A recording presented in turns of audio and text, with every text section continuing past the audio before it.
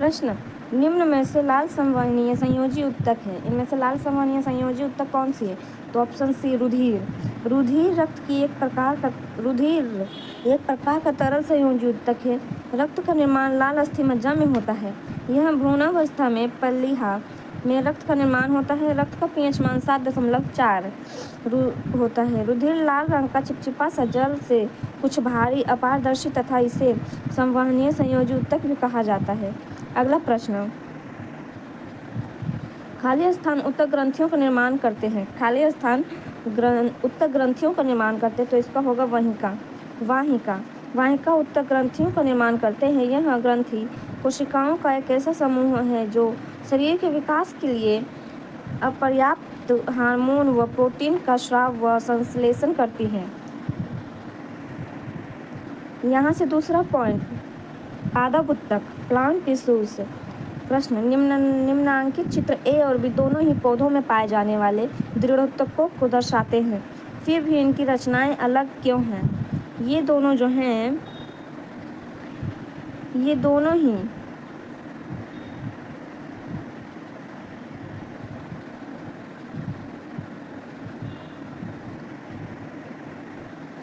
दोनों के दोनों चित्र दृढ़ोत्तकों को दर्शाते हैं, फिर भी इनकी संरचनाएं अलग अलग क्यों हैं? इसके बारे में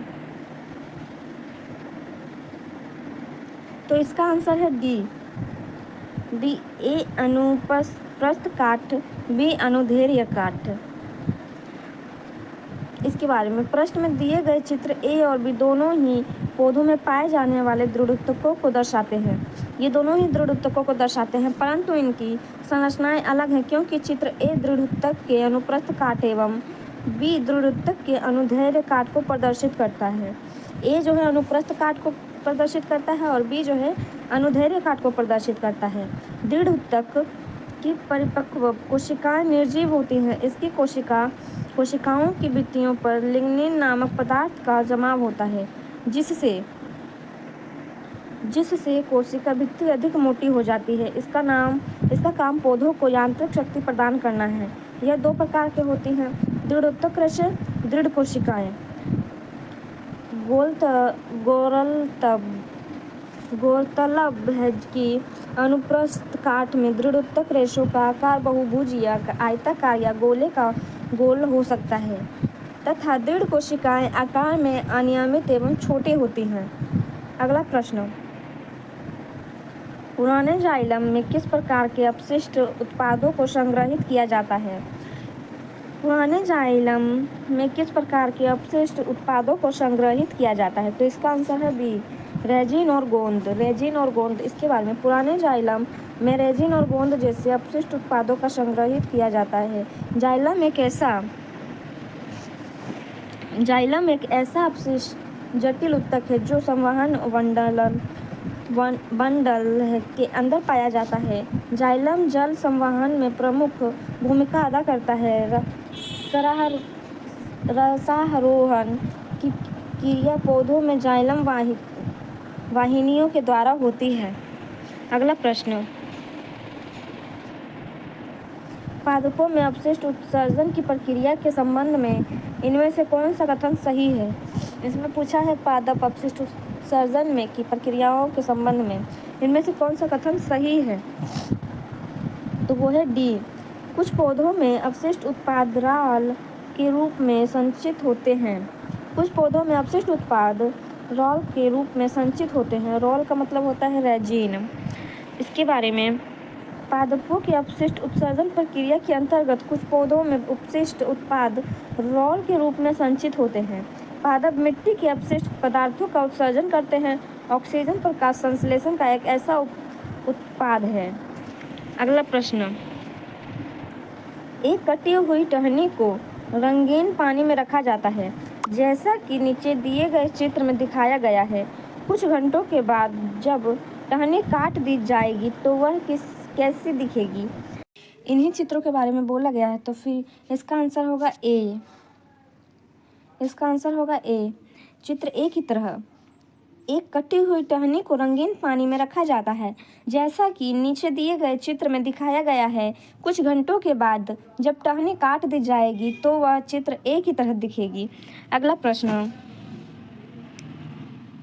पौधों की पत्तियों द्वारा तैयार भोजन को फ्लोएम के माध्यम से पौधे के किन भागों तक पहुंचाया जाता है? इसका आंसर है डी, जड़ों, बीजों, फलों और विभोज्योतकों तक। इसके बारे में, पौधों की पत्तियों द्वारा तैयार भोजन को फ्लोएम के माध्यम से पौधे के जड़ों, बीजों, फलों और विभोज्योतकों तक पहुंचाता है। फ्लोएम संवहनियों पर पौधों में पाए जाने वाला परिवहन तंत्र के रूप में कार्य करने वाले जटिल ऊतक होते हैं। अगला प्रश्न, कौन सी आकृति फ्लोएम में भोजन की गति का सही निरूपण करती है? इनमें कहा गया है फ्लोएम में भोजन की गति का सही निरूपण कौन करती है? तो फिर इसका आंसर होगा बी। इसका आंसर होगा बी। फ्लोएम में एक संवहन ऊतक है जिसका मुख्य कार्य पत्तियों द्वारा बनाए गए भोजन को पौधों के अन्य भागों तक पहुंचाना है। उपयुक्त प्रश्न में चित्र सी फ्लोएम में भोजन की गति का सही निरूपण करती है।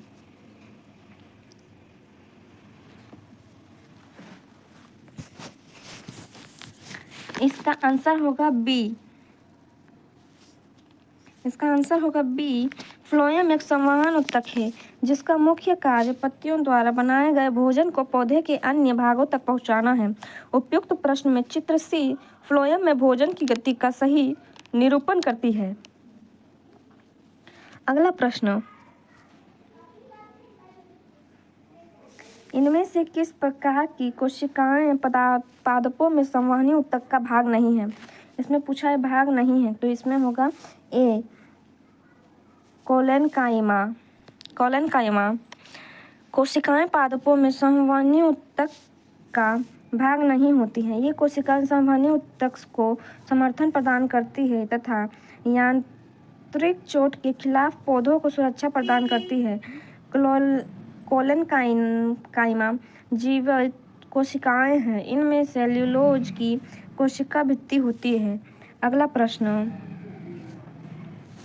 फ्लोएम के माध्यम से परिवहन के बारे में निम्नलिखित में से कौन सा कथन असत्य है? इसमें भी पूछ दिया है सत्य, तो इसमें से असत्य है सी, फ्लोएम में परिवहन में जीपीटी और सीटीपी का उपयोग होता है। इसके बारे में, फ्लोएम के माध्यम से परिवहन के बारे में कथन फ्लोएम में परिवहन में और का जीटीपी और सीटीपी का उपयोग होता है, यह गलत है। अगला प्रश्न, निम्न में से क्या जाइलम वाहिकाओं को जलरोधी बनाता है? इनमें से कौन है जो जाइलम वाहिकाओं को जलरोधी बनाता है? तो इसका आंसर होगा डी, लिग्निन। लिग्निन जाइलम वाहिकाओं को जलरोधी बनाता है।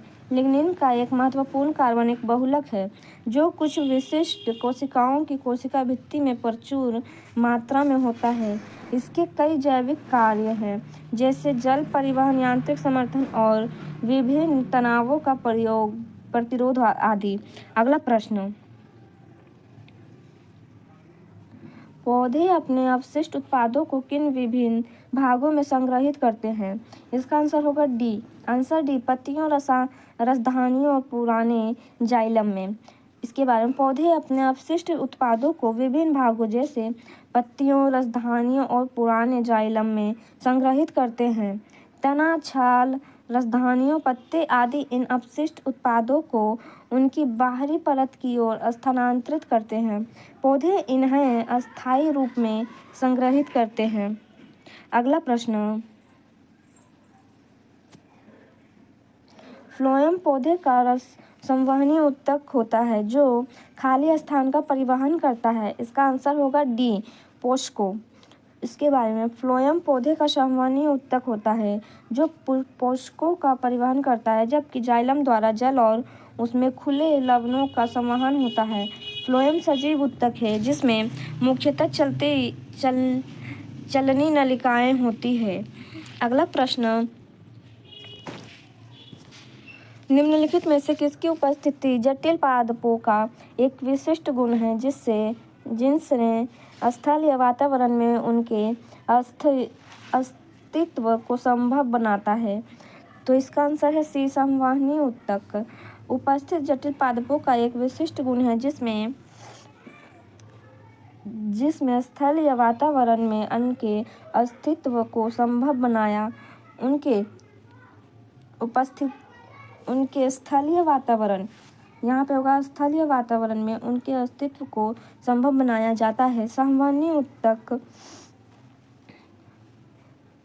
ऊतक विशिष्ट गुण है जिसमें फ्लोएम है। संवहनी ऊतक में कोशिकाएं सामान्यतः लंबी और पतली होती है। अगला प्रश्न, ऐसे यहाँ पे दिख नहीं रहा कि क्या लिखा हुआ है, गलत हो तो कमेंट में बताएं। अगला प्रश्न, सामान्यतः प्राणियों की तुलना में पादप को कम ऊर्जा की आवश्यकता होती है। इसके मुख्यतः कारण निम्नलिखित हैं। ए, ऊतकों में बड़े अनुपात में मृत कोशिकाएं की उपस्थिति। बी, गतिशीलता की अनुपस्थिति। सी, पादप अपना भोजन स्वयं संश्लेषण करते हैं।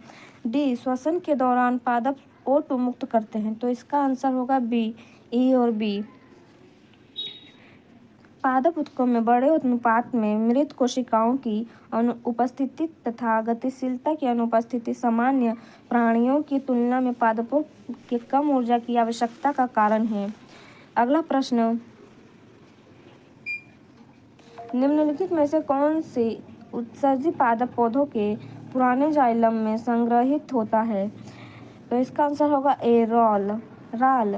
निम्नलिखित में से कौन से उत्सर्जी उत्पाद पौधों के पुराने जाइलम में संग्रहित होता है? राल। पौधों में कोई उत्सर्जन अंग या उत्सर्जन तंत्र नहीं पाया जाता। राल अथवा रेजिन पौधों का एक उत्सर्जी पदार्थ है। रेजिन, गोंद, टैनिन जैसे सभी उत्सर्जी पदार्थ और अपशिष्ट उत्पाद पौधों के पुराने जाइलम पुराने कोशिकाओं में एकत्रित होते हैं, जो बाद में मजबूत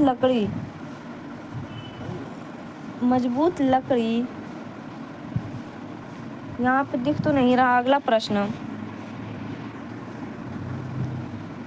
पादपों में रेजिन और गोंद विशेषकर खाली स्थान में संचित होते हैं। इसका आंसर होगा डी, पुराने जाइलम में। पादप में रेजिन और गोंद विशेषकर खाली स्थान में संचित होते हैं, पुराने जाइलम में। Answer D. इसके बारे में, पादपों में रेजिन और गोंद विशेषकर पुराने जाइलम में संचित होते हैं। जाइलम संवहनी पौधों में ऊतक का एक प्रकार है जो जल और पोषक तत्वों को जड़ों से पत्तियों तक पहुंचाता है। अगला प्रश्न, निम्नलिखित में से कौन सा कथन फ्लोएम के संबंध में सही है? इसका आंसर होगा डी, फ्लोएम प्रकाश संश्लेषण उत्पादों को पत्तियों से पौधों के अन्य भागों तक ले जाता है। इसके बारे में, फ्लोएम पौधों के कार्बनिक पोषक तत्वों के परिवहन और वितरण के प्रभावी संवहनी ऊतक है। यह पौधों के एक संरचनात्मक कार्य करता है। फ्लोएम प्रकाश संश्लेषण के दौरान पत्तियों में बने खाद्य पदार्थों को पौधे के अन्य सभी लोगों में पहुंचाने का कार्य करता है, जबकि जाइलम पौधों की जड़ों से कार्बनिक घुलनशील यौगिकों को पौधों के अन्य भागों में पहुंचाने का कार्य करता है। अगला प्रश्न,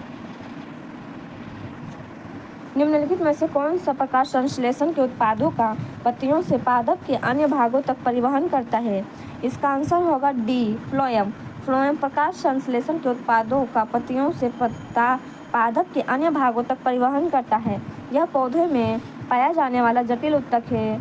जाइलम पादपों में जल एवं खनिज का परिवहन करने वाले जटिल स्थायी ऊतक है। यह पादपों की यांत्रिक सहायता भी प्रदान करता है। अगला प्रश्न, चालनी पट्टिकाएं खाली स्थान में पाई जाती हैं। तो इसका आंसर होगा ए, फ्लोएम नली कोशिकाओं में। चालनी पट्टिकाएं खाली स्थान में पाई जाती हैं तो फ्लोएम नली कोशिकाओं में। इसके बारे में, चालनी पट्टिकाएं फ्लोएम नली कोशिकाओं में पाई जाती है। फ्लोएम एक संवहन ऊतक है जिसका मुख्य कार्य पत्तियों द्वारा बनाए गए भोजन को पौधे के अन्य भागों में पहुंचाना है। अगला प्रश्न, पादपों में अपशिष्ट पदार्थों के संग्रहण हेतु इनमें से किस स्थान का उपयोग किया जाता है? पादपों में अपशिष्ट उत्पादों के संग्रहण हेतु इनमें से किस स्थान का उपयोग किया जाता है? तो इसका आंसर होगा बी, वास्तविक और उल्टा। पादपों में अपशिष्ट उत्पादों में संग्रहण हेतु पुराना जाइलम का उपयोग किया जाता है। जाइलम एक अस्थायी जटिल उत्तक है जो संवहन बंडल के अंदर पाया जाता है। समारोहण की क्रिया जाइलम के भीतर से ही होती है। अगला प्रश्न, निम्नांकित आरेख में नीले तीर जाइलम वाहिकाओं के माध्यम से परिवहन को निरूपित करते हैं और लाल तीर फ्लोएम वाहिकाओं के माध्यम से परिवहन को निरूपित करते हैं। कौन सा आरेख पौधे के तने में परिवहन को सही दिशा में निरूपण करता है? तो इसका आंसर होगा बी, चित्र बी जो है पौधे के तने में परिवहन की सही दिशा को निरूपण करता है। इसके बारे में, जाइलम वाहिकाएं पादप की जड़ों से ऊपर पत्तियों की ओर जल और खनिज के परिवहन का कार्य करती है और फ्लोएम वाहिकाएं पादप के शीर्ष आहार तक भोजन का स्थानांतरित करती है। अतः चित्र बी का आरेख पादप के तने से परिवहन की सही दिशा का निरूपण करता है। अगला प्रश्न,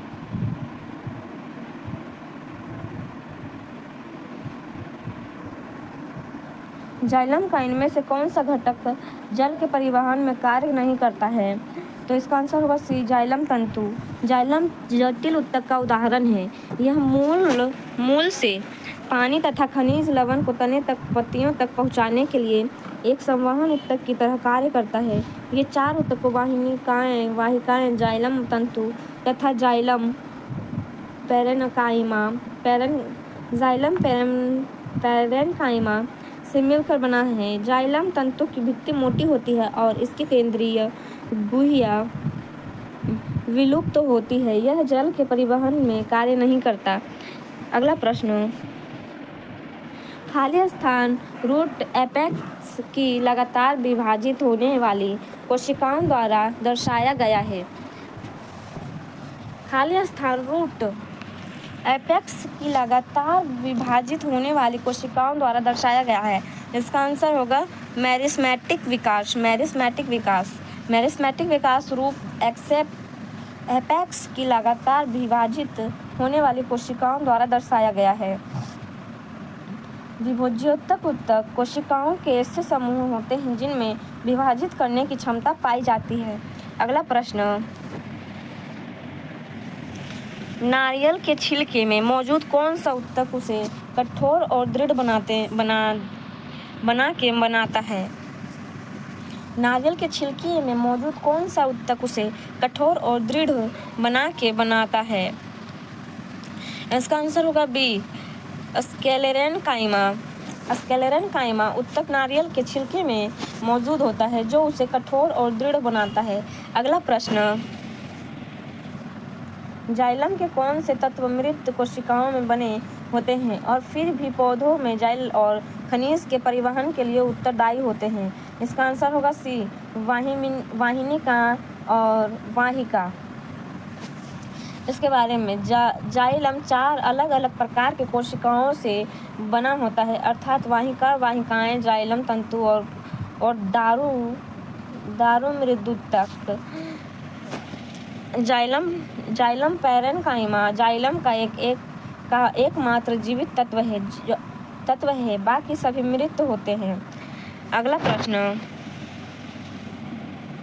पौधे में विभोज्योत्तक उत्तक की कोशिकाएं एक ऐसी प्रक्रिया से गुजरती है जिसमें वे विभाजित होने की क्षमता खो देती है तथा एक अस्थायी आकृति और आकार ग्रहण कर लेती है और एक विशिष्ट कार्य करने के लिए विशेषीकृत हो जाती है। इस प्रक्रिया को किस नाम से जाना जाता है?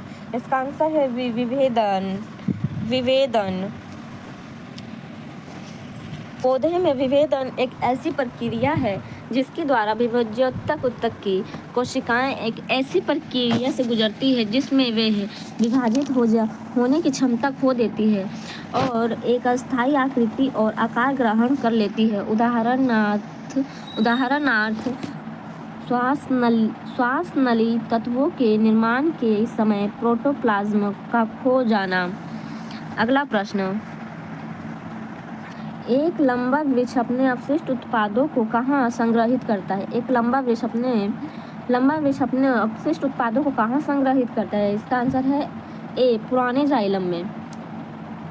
एक लंबा वृक्ष अपने अवशिष्ट उत्पादों को पुराने जाइलम में संग्रहित कर सकता है। जाइलम एक संवहनीय ऊतक है जो पानी और विघटित खनिज को जड़ से अवशोषित कर शेष पौधे तक पहुंचाता है। अगला प्रश्न, किसी पादप में मोटी कोशिका भित्ति वाली ऐसी कोशिकाएं हमें कहाँ मिल सकती हैं? आंसर है इसका डी, फ्लोएम में। किसी पादप में मोटी कोशिका भित्ति वाली ऐसी कोशिका हमें फ्लोएम में मिल सकती है। फ्लोएम कार्बनिक पोषक तत्वों के परिवहन और वितरण में प्रभावित संवहनी ऊतक है। फ्लोएम सिग्नलिंग अणु का मार्ग भी है और पौधे के शरीर में एक संरचनात्मक कार्य करता है। अगला प्रश्न, मृदुतक पौधे में सामान्यतः पाया जाने वाला सरल अस्थायी ऊतक है। कुछ पौधों में इसे हरित ऊतक और वायुक्त क्यों कहा जाता है?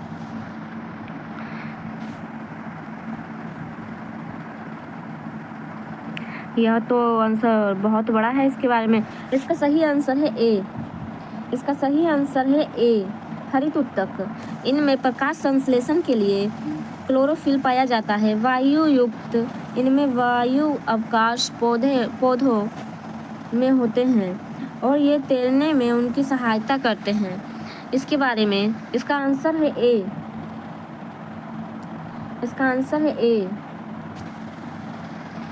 इसके बारे में पैरेन्काइमा एक प्रकार का सरल अस्थायी ऊतक है जो पौधे में जमीन से ऊतकों का एक बड़ा हिस्सा बनाता है, जहां अन्य ऊतक जैसे संवहनी ऊतक एम्बेडेड होते हैं। वे गैर संवहनी होते हैं और सरल जीवित और अविभाजित कोशिकाओं से बने होते हैं।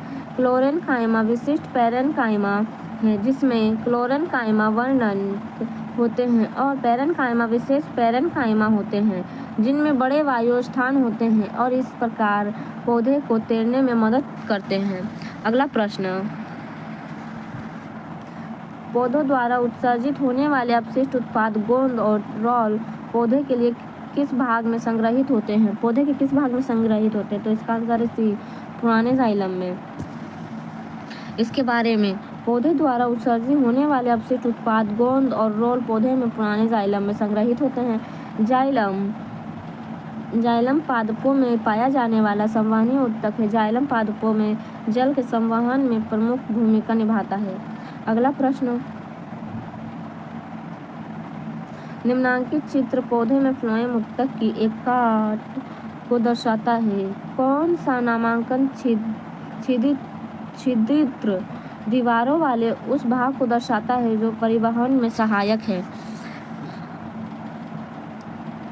इसमें निम्नांकित चित्र पौधे में फ्लोएम ऊतक की एक काट को दर्शाता है। कौन सा नामांकन छिद्रित दीवारों वाले उस भाग को दर्शाता है जो परिवहन में सहायक है? परिवहन में कौन सा सहायक है? ए, यहाँ पे है A, B, C, D। इसका आंसर है ए, जो कि बी दर्शाता है। दिए गए फ्लोएम ऊतक की काट में चित्र में बी द्वारा छिद्रित दीवारों वाले उस भाग को दर्शाता गया है जो परिवहन में सहायक होता है। पादपों में पाया जाने वाला एक संवहन ऊतक है जो पत्तियों में बने भोजन को पौधों के विभिन्न भागों तक पहुंचाता है। अगला प्रश्न, इनमें से कौन सा जाइलम का एक घटक नहीं है? जाइलम का घटक नहीं है इसमें पूछा है, तो इसका आंसर होगा सी, सहचर कोशिकाएं। इसका आंसर है सी, सहचर कोशिकाएं। दिए गए विकल्पों में सहचर कोशिका जाइलम का एक घटक नहीं है, शेष जाइलम के घटक हैं। जाइलम पादप संवहनी ऊतक है जो जड़ों से पानी और घुले हुए खनिज को पौधों के शेष हिस्सों तक पहुंचाता है और पादपों को यांत्रिक सहायता भी प्रदान करता है। अगला प्रश्न, भोजन के संग्रहण के लिए जाइलम की कौन सी कोशिकाएं उत्तरदायी है? भोजन के संग्रहण के लिए जाइलम की कौन सी कोशिकाएं उत्तरदायी है? इसका आंसर है डी, पैरेन्काइमा। इसके बारे में, पौधों में भोजन के संग्रहण के लिए जाइलम की पैरेन्काइमा कोशिका उत्तरदायी होती है, जो केवल जीवित कोशिकाओं में स्टार्च और वसा को स्टोर करती है, जबकि जाइलम पौधों में यांत्रिक सहारा देते हैं। ये पौधों की जड़ों द्वारा अवशोषित जल तथा खनिज लवणों को पौधों के विभिन्न भागों तक पहुंचाने का कार्य करता है। इसे जल संवहन ऊतक भी कहते हैं। अंततः भूमि का जल पराशरण दबाव बढ़ाव द्वारा पौधों के मूलरोमों तक पहुंचाता है। अगला प्रश्न, पादपों में उत्सर्जन की प्रक्रिया के संबंध में इनमें से कौन सा कथन गलत है? तो इसका आंसर है बी, प्रकाश संश्लेषण में अपशिष्ट उत्पाद स्टार्च के रूप में संचित हो सकते हैं। इसके बारे में, पादपों में उत्सर्जन की प्रक्रिया के संबंध में दिए गए कथन में से प्रकाश संश्लेषण के अपशिष्ट उत्पाद स्टार्च के रूप में संचित हो सकते हैं, यह कथन गलत है, जबकि अन्य कथन पादपों में उत्सर्जन की प्रक्रिया के संबंध में सही है। अगला प्रश्न, निम्न में से कौन सा पशु रुक्त प्रकार नहीं है? निम्न में से कौन सा पशु उत्तक प्रकार नहीं है? यहाँ पे उत्तक है, तो इसका आंसर है ए, मेरिस्टेमेटिक उत्तक। मेरिस्टेमेटिक उत्तक जंतुओं में शरीर के उपकला उत्तक, संयोजी उत्तक, पेशीय उत्तक आदि पाए जाते हैं। मेरिस्टेमेटिक उत्तक पौधों में पाया जाता है। यह पादप उत्तक का एक प्रकार है। पादप उत्तक मुख्यतः दो प्रकार के होते हैं, पहला विभोज्य उत्तक, दूसरा अस्थायी उत्तक। अगला प्रश्न, किसी पौधे का कौन सा भाग पौधे की जड़ों से पौधे के शेष भागों में जल का परिवहन करता है? इसका आंसर है डी, जाइलम उत्तक। जाइलम पादपों में पाया जाने वाला उत्तक है। यह एक प्रकार का जटिल अस्थायी उत्तक है, जिसका प्रमुख कार्य जड़ों द्वारा शोषित जल को पौधे के विभिन्न भागों तक पहुंचाता है। अगला प्रश्न, पौधों का कौन सा हिस्सा पानी और खनिज के परिवहन को सक्षम करता है? इसका आंसर है सी, जाइलम। अगला प्रश्न, मृदुत्तक और स्थूल उत्तक खाली स्थान उत्तकों के प्रकार हैं। मृदुत्तक और स्थूल उत्तक खाली स्थान उत्तकों के प्रकार हैं, तो इसका आंसर है सी, सरल अस्थायी उत्तक। इसके बारे में, जो स्थायी उत्तक एक ही प्रकार की कोशिकाओं के समूह से मिलकर बना होता है, उसे अस्थायी सरल उत्तक कहते हैं। ये तीन प्रकार के होते हैं, पहला पैरेन्काइमा, दूसरा स्केलेन्काइमा, तीसरा कॉलेन्काइमा। पैरेन्काइमा को मृदुत्तक और स्केलेन्काइमा को दृढ़ उत्तक, कॉलेन्काइमा को स्थूल कोण उत्तक। अगला प्रश्न, पादप उत्तकों के संबंध में इनमें से कौन सा कथन गलत है? तो आंसर डी, इसका आंसर डी होगा। जाइलम में सामग्री दोनों दिशाओं में स्थानांतरित हो सकती है। जाइलम में सामग्री दोनों दिशाओं में स्थानांतरित हो सकती है। इसके बारे में, एक से अधिक कोशिकाओं से मिलकर बने होने के कारण जाइलम और फ्लोएम को जटिल उत्तक कहते हैं। ये दोनों पौधे में पाए जाने वाले संवहन उत्तक हैं। जाइलम जल एवं खनिज के संवहन में और फ्लोएम भोजन के संवहन में प्रमुख भूमिका निभाता है। अगला प्रश्न, खाली स्थान उत्तक संवहन पूल बनाते हैं। खाली स्थान उत्तक संवहन पूल बनाते हैं। इसका आंसर होगा सी, जाइलम और फ्लोएम। कोशिकाओं का वह समूह जिसमें सभी कोशिका आकार आकृति का कार्य उद्गम की दृष्टि से समान होती है, उत्तक कहलाता है। वह उत्तक कहलाता है। जाइलम और फ्लोएम उत्तक कोशिकाओं का वह समूह है जिसमें एक से अधिक प्रकार की कोशिकाएं मिलकर संवहन पूल का कार्य करती है। अगला प्रश्न, निम्न में से कौन सा उत्तक युग्म संवहनी मंडल गठन करता है? इसका आंसर होगा बी, जाइलम और फ्लोएम। अगला प्रश्न, फ्लोएम खाली स्थान के अतिरिक्त निम्नलिखित में से अन्य सभी से मिलकर बना है। इसका आंसर होगा बी, फ्लोएम वाहिका। फ्लोएम पौधों में पाया जाने वाला वह संवहन उत्तक है। दूसरा संवहन उत्तक जाइलम है। फ्लोएम एक जटिल स्थायी उत्तक है यह संभव मंडल के अंदर पाया जाता है। इसका निर्माण 4 प्रकार की कोशिकाओं से हुआ है। तो पहला को है लाचनी नलिकाएं, चालनी नलिकाएं, दूसरा है सखी कोशिकाएं, तीसरा है फ्लोएम मृदुतक, चौथा है फ्लोएम तंतु। फिर से, पहला चालनी नलिकाएं, दूसरा सखी नलिकाएं, तीसरा फ्लोएम मृदुतक, चौथा फ्लोएम तंतु। अगला प्रश्न, कौन सा अस्थायी उत्तक एक पौधे को कठोर और मजबूत बनाता है? तो इसका आंसर होगा बी, स्क्लेरेनकाइमा। इसके बारे में, दृढ़ उत्तक एक साधारण अस्थायी उत्तक है। यह उत्तक पौधों को कठोर एवं मजबूत बनाता है। इसके बारे में और भी, स्थूल कोण उत्तक की कोशिकाएं केंद्र युक्त, लंबी, अंडाकार या बहुभुज, जीवित या रसधानी युक्त होती है। यह उत्तक पौधों में यांत्रिक सहायता प्रदान करता है। मृद उत्तक एक सरल अस्थायी उत्तक है। इस उत्तक की कोशिकाओं में रसधन, सघन और जीवित प्रोटोप्लाज्म एवं एक केंद्रक पाया जाता है। यह एपिडर्मिस के रूप में पौधों का संरक्षण करता है। तीसरा पॉइंट, जलीय पौधों में तैरने के लिए गुहिकाएं रहती हैं जो मृदुत्तक के बीच में पाई जाती हैं। इस प्रकार के मृदुत्तक को वायुयुक्त या एरेनकाइमा कहा जाता है। अगला प्रश्न, निम्नलिखित में से कौन सा पौधों की बाह्य त्वचा का कार्य नहीं करती? निम्नलिखित में से कौन सा पौधों की बाह्य त्वचा का कार्य नहीं है? इसमें कहा है कार्य नहीं है, तो इसका आंसर होगा डी, प्रकाश संश्लेषण करना। इसके बारे में, बाह्य त्वचा का प्रमुख कार्य पौधे की शुष्ककरण तथा संक्रमण से संरक्षा करना है। पत्तियों के बाह्य त्वचा का छाल में स्थित स्टोमेटा होते हैं जो गैसों के आदान प्रदान और वाष्पोत्सर्जन की क्रिया से मदद करते हैं। पौधों में प्रकाश संश्लेषण सूर्य के प्रकाश की उपस्थिति में हरे पत्तियों द्वारा होता है।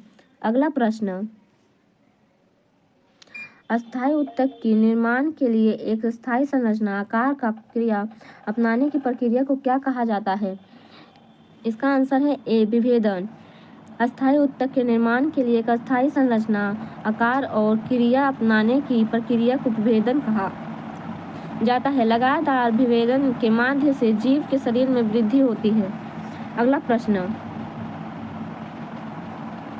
खाली स्थान कोशिकाएं कानों पर अनियमित रूप से मोटी होती हैं। इसका आंसर है ए, स्थूल कोण। स्थूल कोण की कोशिकाएं कानों पर अनियमित रूप से मोटी होती हैं। इसके बारे में, पौधों में लचीलेपन का गुण अस्थायी उत्तक स्थूल कोण उत्तक के कारण होता है। यह पौधे के विभिन्न भागों से बना टूटे हुए लचीलापन तथा और यांत्रिक सहायता भी प्रदान करता है। यह उत्तक एपिडर्मिस के नीचे पर्णवृत्त में पाया जाता है। इस उत्तक की कोशिकाएं जीवित, लंबी और अनियमित ढंग से कानों पर मोटी होती है, लेकिन इनमें सेलुलोज, हेमीसेलुलोज तथा पैक्टिन जमा होती है, इसलिए इनके कान मोटे होते हैं। इनमें अंतराकोशिकीय स्थान नहीं होते। अगला प्रश्न, पौधे में लचीलापन उत्तक के कारण होता है। पौधे में लचीलापन उत्तक के खाली स्थान उत्तक के कारण होता है। इसका आंसर है सी, क्लोरेनकाइमा। अगला प्रश्न,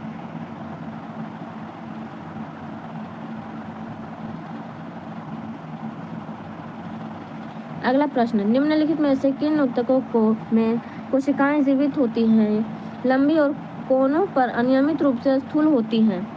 इसका आंसर है डी, कोलेनकाइमा।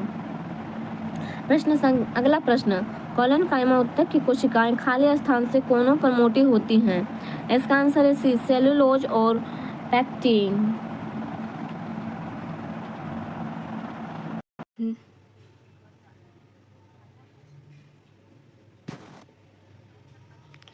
निम्नलिखित में से किन उत्तकों में कोशिकाएं जीवित होती हैं, लंबी और कोनों पर अनियमित रूप से स्थूल होती हैं? इसका आंसर है डी, कोलेनकाइमा। अगला प्रश्न, कोलेनकाइमा उत्तक की कोशिकाएं खाली स्थान से कोनों पर मोटी होती हैं। इसका आंसर है सी, सेलुलोज और पैक्टिन। अगला प्रश्न, खाली स्थान उत्तक में कोशिकाएं जीवित, लंबी और कोनों पर अनियमित रूप से मोटी होती हैं। इसका आंसर है सी, कॉलेनकाइमा। अगला प्रश्न, सिव ट्यूब और सहसक्रियाओं कोशिकाएं मुख्य रूप से खाली स्थान के संचरण के लिए उत्तरदायी होती हैं। इसका आंसर है सी, पौधों में भोजन। पौधों में भोजन, इसके बारे में, सिव ट्यूब और सहकोशिकाएं मुख्य रूप से पौधों में भोजन के संरचना के लिए उत्तरदायी होती हैं। इनके द्वारा पूरे पौधे में कार्बोहाइड्रेट को पहुंचाया जाता है। अगला प्रश्न, खाली स्थान के जमाव के कारण दृढ़ ऊतक की कोशिकाएं भित्तियां मोटी होती है। इसका आंसर है ए, लिग्निन। लिग्निन के बारे में, लिग्निन के जमाव के कारण दृढ़ ऊतक की कोशिकाएं भित्ति मोटी होती हैं। लिग्निन एक प्राकृतिक गहरा पीला बहुलक है। यह पानी और कार्बनिक विलयन में व्यावहारिक रूप से अघुलनशील है। इस वजह से इसके गुण पौधों में कोशिका भित्ति की जल पारगम्यता को कम करते हैं। अगला प्रश्न, खाली स्थान के कारण स्क्लेरेनकाइमा कोशिकाओं की दीवार मोटी होती है। खाली स्थान के कारण स्क्लेरेनकाइमा कोशिकाओं की दीवार मोटी होती है। इसका आंसर है बी, लिग्निन। अगला प्रश्न, निम्नलिखित में से कौन सा विकल्प तने और जड़ों के शीर्ष पर पाया जाता है? इसका आंसर है ए, शीर्ष विभज्योतक। अगला प्रश्न, इसके बारे में, शीर्ष विभज्योतक के बारे में, शीर्षस्थ विभज्योतक जड़ तथा तनों में अग्र सिरों पर तथा पत्तियों के अग्रों पर पाए जाते हैं। इन ऊतकों की निरंतर विभाजित होते रहने से ही जड़ व तने की लंबाई में वृद्धि करते हैं। अर्थात ये ऊतक जड़ व तनों के सिरों पर वृद्धि बिंदु का निर्माण करते हैं। अगला प्रश्न, निम्न में से कौन सा सरल अस्थायी ऊतक नहीं है? इन सब में से सरल अस्थायी ऊतक नहीं है पूछा है, यहाँ नहीं है, तो इसका आंसर होगा बी, जाइलम। जाइलम एक जटिल अस्थायी ऊतक है। यह एक संवहनीय ऊतक है जो संवहन बंडल के अंदर पाया जाता है। यह ऊतक पौधे में जल के संवहन का कार्य करता है। ध्यातव्य है कि फ्लोएम दूसरा जटिल संवहन ऊतक है जो पौधों में पत्तियों से भोजन को विभिन्न भागों तक पहुंचाने का कार्य करता है। अगला प्रश्न, खाली स्थान एक जटिल अस्थायी ऊतक है। इनमें से कौन सा है जो जटिल अस्थायी ऊतक है? तो ए, फ्लोएम। अगला प्रश्न, निम्नलिखित में से कौन सा एक सरल अस्थायी ऊतक नहीं है? इसमें पूछा है सरल अस्थायी ऊतक नहीं है, तो सी, जाइलम। सरल अस्थायी ऊतक नहीं है जाइलम। इसके पहले जो था वो एक जटिल अस्थायी ऊतक है, फ्लोएम। ये फ्लोएम है और इसके नीचे है जाइलम। अगला प्रश्न, खाली स्थान सामान्य स्थिति ऊतक नहीं है। सामान्य स्थिति ऊतक नहीं है पूछा है, तो इसका आंसर हुआ डी, जाइलम। अगला प्रश्न, निम्नलिखित में से कौन सा एक सरल अस्थायी ऊतक नहीं है? सरल अस्थायी ऊतक नहीं है तो फिर ये भी जाइलम। अगला प्रश्न, निम्नलिखित में से कौन सा ऊतक मुख्य रूप से मृत कोशिकाओं में बना होता है? इन समय से कौन सा ऊतक मुख्य रूप से मृत कोशिकाओं से बना होता है? तो वो है जाइलम। जाइलम ऊतक मुख्य रूप से मृत कोशिकाओं से बना है। यह एक संवहन ऊतक है। इसका कार्य जड़ों द्वारा अवशोषित जल तथा खनिज लवणों को पौधों में विभिन्न भागों तक पहुंचाना है। अगला प्रश्न, पौधों में उस ऊतक का नाम क्या है जो जड़ों से पौधों के अन्य हिस्सों में पानी और खनिज पहुंचाता है? तो इसमें बताना है कि जड़ों से पौधों के अन्य हिस्सों में पानी और खनिज कौन पहुंचाता है? तो इसका आंसर है बी, जाइलम। अगला प्रश्न, पौधों में कौन सा ऊतक पानी का संवहन करता है? इसका भी आंसर बी, जाइलम। अगला प्रश्न, इनमें से कौन सी कोशिकाएं जड़ों से पौधों के अन्य भागों तक जल का परिचालन करती है? इसका आंसर होगा डी, जाइलम। अगला प्रश्न, निम्नलिखित में से कौन पौधों में जल के वहन से संबंधित है?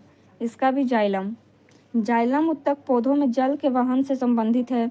जाइलम उत्तक पौधों के जड़ तथा एवं पत्तियों में पाया जाता है। इसे चालन उत्तक भी कहते हैं। यह 4 विभिन्न प्रकार के घटनों से बना होता है। ये है, पहला वाहिनिकाएं, दूसरा वाहिकाएं, तीसरा जाइलम तथा जाइलम तंतु तथा चौथा जाइलम मृदुत्तक। इन चारों के बारे में, वाहिनिकाएं ये जल को तने द्वारा जड़ से पत्ती तक पहुंचाती हैं। दूसरा वाहिकाएं ये पौधों की जड़ से लेकर एवं खनिज लवण को पत्तियों तक पहुंचाती है। तीसरा जाइलम तंतु ये मुख्यतः पौधों को यांत्रिक सहारा प्रदान करते हैं। चौथा जाइलम मृदुत्तक यह किनारे की ओर पानी के पार्श्वीय संवहन में मदद करता है। अगला प्रश्न, निम्नलिखित में से कौन से उत्तक का अंतरकोशिकीय क्षेत्र बड़ा होता है? तो वो है ए, पैरेन्काइमा। पैरेन्काइमा उत्तक में सभी कोशीय समव्यवासी तथा पतली भित्ति युक्त होती है। मृदुत्तक कोशिकाएं अंडाकार, गोल अथवा बहुमुखी होती हैं तथा कोशिकाओं के बीच में अंतरकोशिकीय क्षेत्र बड़ा होता है। अगला प्रश्न, पौधों के तनों में छल्लों के रूप में पाई जाने वाली आकृति जो उनकी वृद्धि में सहायक होती है, इनमें निम्नलिखित में से कौन से उत्तक पाए जाते हैं? इसका आंसर है ए, लैटरल मेरिस्टेमेटिक उत्तक। लैटरल मेरिस्टेमेटिक उत्तक, इसके बारे में,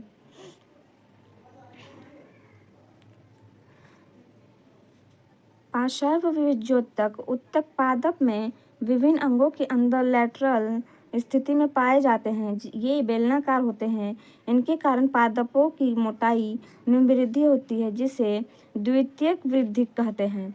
ये 2 प्रकार के होते हैं। पहला प्राथमिक लैटरेटिक मेरिस्टेमेटिक, दूसरा द्वितीयक लैटरल मेरिस्टेमेटिक। अगला प्रश्न, निम्नलिखित में से कौन सा उत्तक जड़ों से खाद्य पदार्थों का परिसंचरण करता है? इसका आंसर है बी, जाइलम। जाइलम जटिल उत्तक का एक से अधिक प्रकार की कोशिकाओं से मिलकर बनते हैं। सभी कोशिकाएं मिलकर कोई सामान्य कार्य करती हैं, जैसे जाइलम फ्लोएम, जाइलम जल और उसमें घुले लवणों का संवहन करता है, जबकि फ्लोएम पत्तियों द्वारा निर्मित भोजन पदार्थों का संवहन करता है।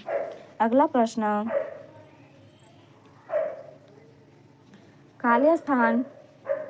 अगला प्रश्न, खाली स्थान उत्तक की कोशिकाएं अलग अलग प्रकार के स्थायी उत्तक बनाने के लिए पृथक होती हैं। इसका आंसर है सी, विभज्योत्तक। विभज्योत्तक के बारे में, विभज्योत्तक उत्तक एकमात्र पादप उत्तक है। पौधों में वृद्धि कुछ निश्चित भागों में ही होती है। ऐसा उन भागों में पाया जाने वाले विभज्योत्तक के कारण होता है। विभज्योत्तक की कोशिकाएं विभाजित होकर विभिन्न प्रकार के अस्थायी उत्तकों का निर्माण करते हैं। अस्थायी उत्तक 3 प्रकार के होते हैं। पहला स्थल अस्थायी उत्तक, दूसरा जटिल अस्थायी उत्तक, तीसरा विशिष्ट उत्तक। अगला प्रश्न, अस्थायी उत्तक खाली स्थान के अंतर्गत वर्गीकृत किए जाते हैं। इसका आंसर है डी, मेरिस्टेमेटिक। अगला प्रश्न, मेरिस्टेमेटिक उत्तक एक विशेष भूमिका निभाते हैं और अपनी विभाजित करने की क्षमता को त्याग देते हैं और तब खाली स्थान बनाते हैं। खाली स्थान, इसका आंसर है ए, अस्थायी उत्तक। अगला प्रश्न, खाली स्थान उत्तक एकमात्र पादप उत्तक है जो कोशिका विभाजन द्वारा नई कोशिकाओं का उत्पादन करता है। इसका आंसर सी है, स्थूल कोण उत्तक या कोलेनकाइमा। कोलेनकाइमा उत्तक एकमात्र पादप उत्तक है जो कोशिका विभाजन द्वारा नई कोशिका का उत्पादन करता है। इसका आंसर है स्थूल कोण उत्तक या कोलेनकाइमा। अगला प्रश्न,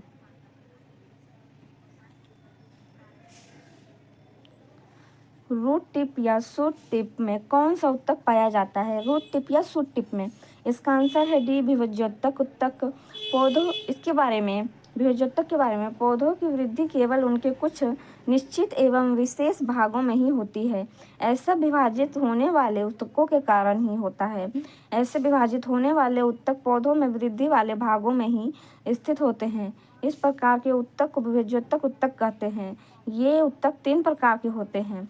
अगला इसके बारे में, इस प्रकार के उत्तक को विभज्योतक उत्तक कहते हैं। ये उत्तक 3 प्रकार के होते हैं। इसमें तो 2 है। पहला शीर्षस्थ विभज्योतक, तने व जड़ को शीर्ष पर तथा पत्तियों के अग्रों पर स्थित होता है और उनकी लंबाई में वृद्धि करता है। दूसरा पार्श्व विभज्योतक, कैम्बियम तने व जड़ की परिधि में स्थित होता है और उनकी मोटाई में वृद्धि करता है। तीसरा अंतर्विष्ट विभज्योतक, पत्तियों के आधार पर टहनियाँ के परत के दोनों ओर स्थित होता है। यह उन भागों की वृद्धि करता है। अगला प्रश्न, अंतर्वेशीय विभज्योतक। अंतर्वेशी विभज्योतक पाए जाते हैं। इसका आंसर है सी, पत्तियों के तल में। अंतर्वेशी विभज्योतक पत्तियों के तल में पाए जाते हैं। अगला प्रश्न, खाली स्थान के कारण जड़ तथा तने के घेरे में वृद्धि होती है। तो इसका आंसर है बी, पार्श्व विभज्योतक। अगला प्रश्न, एक पौधे के तने या जड़ का घेरा किस कारण बढ़ता है? एक पौधे के तने या जड़ का घेरा। इसका आंसर ए, लेटरल मेरिस्टेम के कारण एक पौधे के तने या जड़ का घेरा बढ़ता है।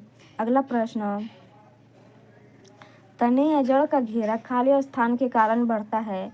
इसका आंसर है बी, पार्श्व विभज्योतक। तने या जड़ का घेरा पार्श्व विभज्योतक के कारण बढ़ता है।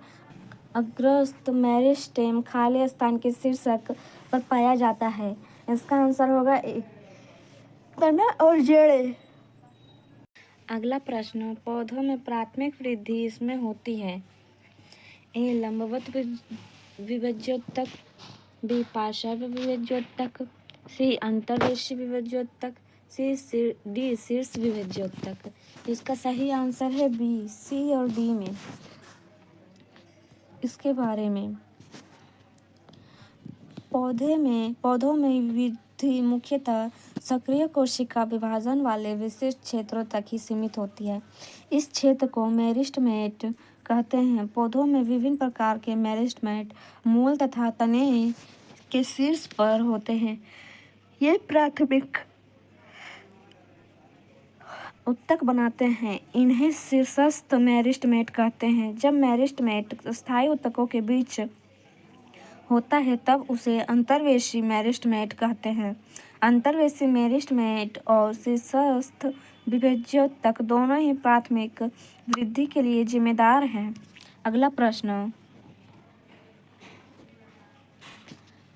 एरियोलर उत्तक अंगों के खाली स्थान भरता है। खाली स्थान अंगों को सहारा देता है और उत्तकों की मरम्मत करता है। इसका सही आंसर है ए, अंदर के और आंतरिक। एरियोलर उत्तक अंगों के अंदर का स्थान भरता है। आंतरिक अंगों को सहारा देता है। आंतरिक अंगों को सहारा देता है और उत्तकों की मरम्मत करता है। एरियोलर उत्तक वास्तविक संयोजी उत्तक के अंतर्गत आते हैं। इन उत्तकों के द्वारा पौधे के कोमल अंगों में दृढ़ता व लचीलापन आ जाता है। अगला प्रश्न, निम्न में से कौन से पौधे में के उत्तक कोशिका विभाजन में सक्षम है? इसका सही आंसर है सी, विभेज्योत्तक। विभेज्योत्तक उत्तक में कोशिका विभाजन की क्षमता होती है। यह मुख्यतः पौधों में वृद्धि भागों में पाए जाते हैं। इनके अंतर्गत कोशिकाओं के वे समूह आते हैं जिनमें कोशिकाएं या तो विभाजित होने वाली हो या विभाजित हो रही हों, या उनमें विभाजन की क्षमता होती है। इनमें निरंतर विभाजन से पौधों में वृद्धि होती है। अगला प्रश्न, निम्नलिखित में से किन अस्थायी उत्तक में कोशिकाएं मृत होती हैं? इसका सही आंसर है सी, स्क्लेरेनकाइमा। स्क्लेरेनकाइमा एक सरल अस्थायी उत्तक है। इसकी कोशिका भित्ति कठोर मोटी तथा लिग्निन युक्त होती है। इस उत्तक की कोशिकाएं मृत होती हैं क्योंकि इसके किनारों पर सेलुलोज, हेमिसेलुलोज तथा लिग्निन का जमाव होता है। ये उन तने में संवहन बंडल के समीप पत्तों की सिराओं में तथा बीजों और फलों के कठोर छिलकों में उपस्थित होता है। उदाहरण, नारियल के छिलके। अगला प्रश्न, खाली स्थान उत्तक मृत कोशिकाओं के संयोजन से बना होता है। अगला प्रश्न, इसका आंसर सी, स्क्लेरेनकाइमा। अगला प्रश्न, नारियल की छाल का निर्माण किस उत्तक द्वारा होता है? इसका आंसर होगा डी, स्क्लेरेनकाइमा।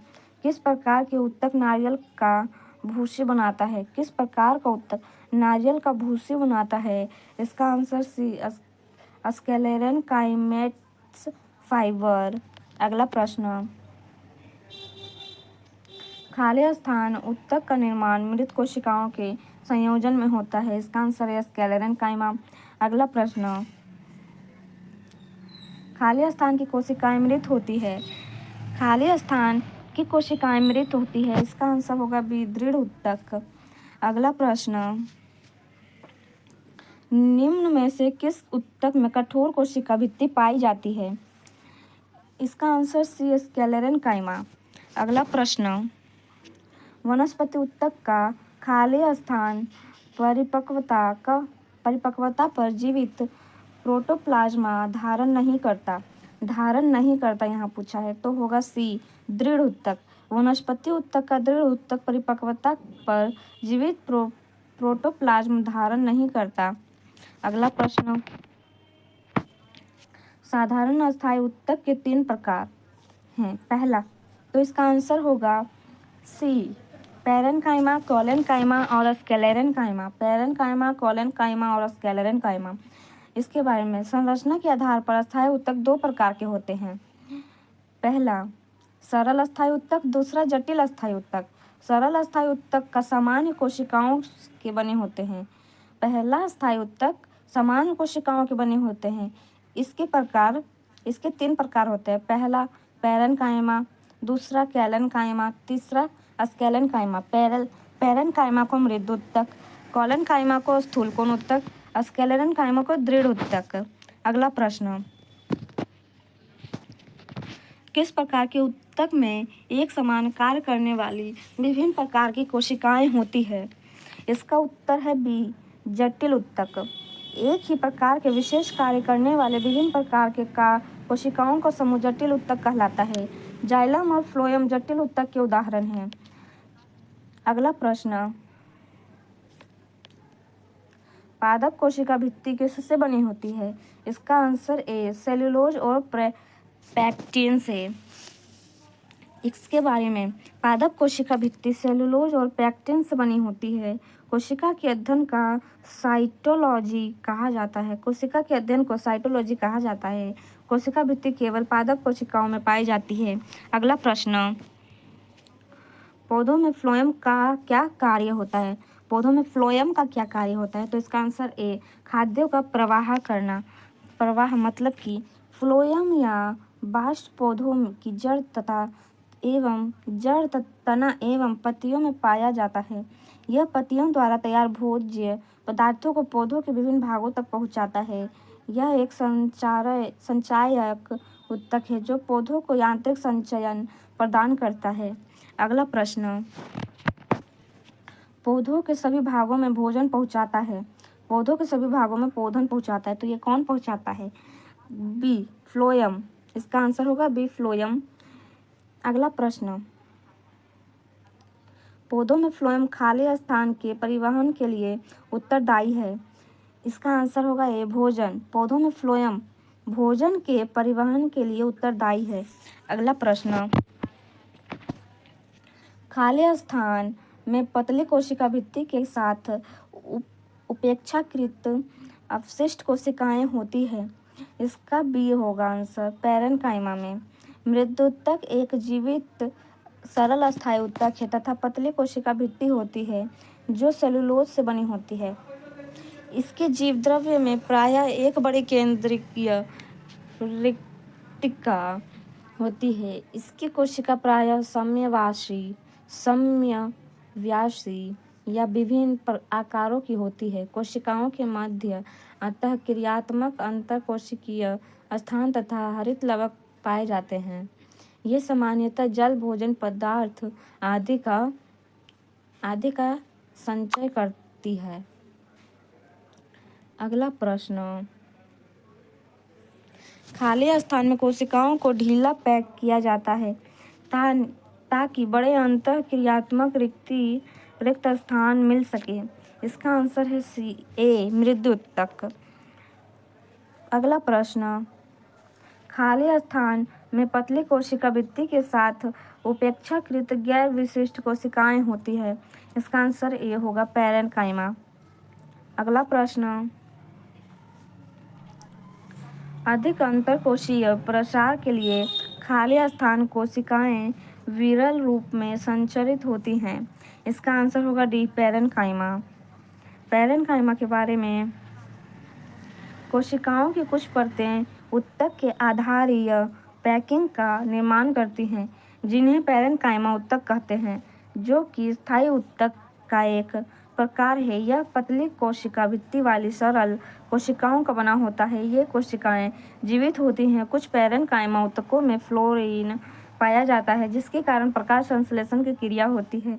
पैरेन्काइमा उत्तक में अधिक अंतरकोशीय प्रसार के लिए उसकी कोशिकाएं विरल रूप से संरचित होती हैं। जलीय पौधों में पैरेन्काइमा की कोशिका के मध्य हवा की बड़ी गुहिकाएं होती है जो पौधों को तैरने के लिए उत्प्लावन बल प्रदान करती है, जिससे एरेन्काइमा कहते हैं। अगला प्रश्न, खाली स्थान उत्तक की कोशिका बहुत सक्रिय होती है।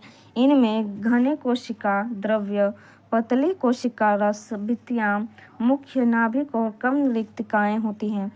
इसका आंसर है ए विभज्योतक।